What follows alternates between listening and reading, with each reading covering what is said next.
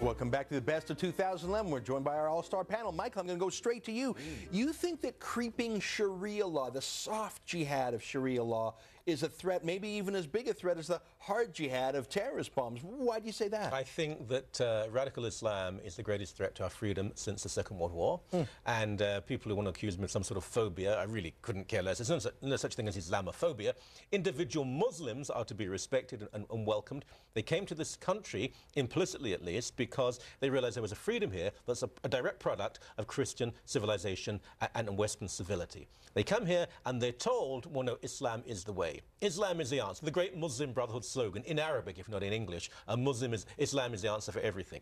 Look, Islam, if you look at the Islamic heartland, even relatively moderate countries such as Turkey, Malaysia, Indonesia, I believe that strict Islam, genuine Islam, is incompatible with Western freedoms and values.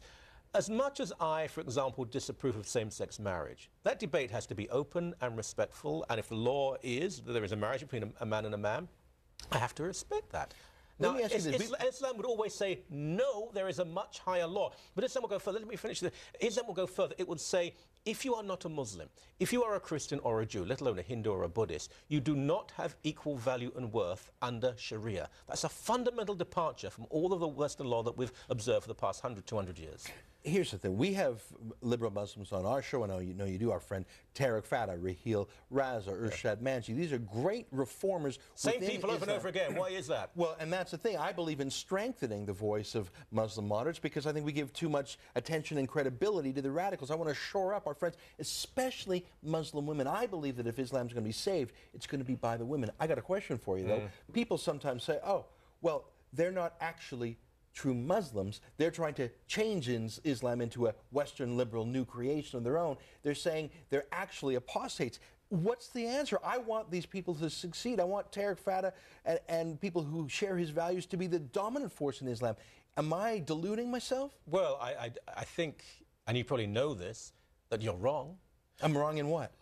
Look, I'm a Roman Catholic. Genuine Roman Catholicism is one thing. There are people who are liberal Catholics, and they are the perversion.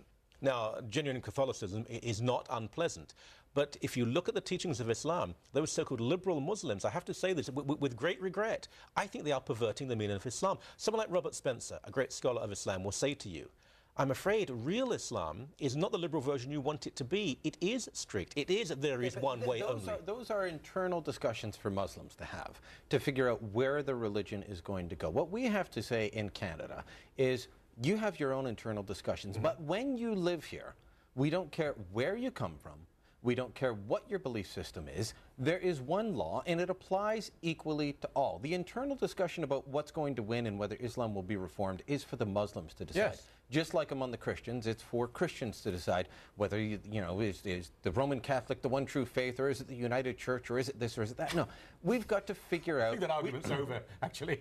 Yeah, but we've got to say, look, one law applies equally to all. It's how we've operated. It's how we got to where we are. Jackie, here's the thing. I see people walking down the street in a hijab, and I think, oh, they're being told that they can't be free women. And people say, well, they're making that free choice, and I think people should be able to be free to choose how they dress. But when I see the full burqa that shows just a slit of their eyes, I think, oh my God, these people are living in a prison, and I think they're under duress. When I see a burqa, I see an honor killing that I am worried is going to happen if that girl dares to take that off. If you were dressed this way in Saudi Arabia, you'd be beaten by the religious police. What do you think as a modern woman in Canada when you see someone wearing a burqa or even a hijab? I honestly, first of all, it strikes fear, and same as what you were saying, if people want to persecute me because of that, but it does. When I can't see somebody's face and I don't know what's going on, I'm sorry, it strikes fear in me.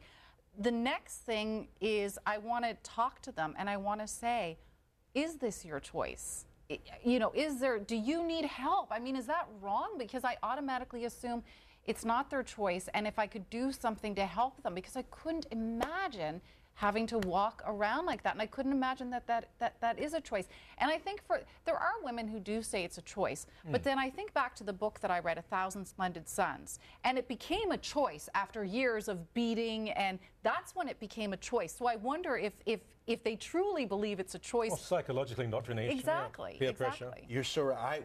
I'm filled with anger at the man who put them in that shroud, and sorrow and fear for them. We got to take another break.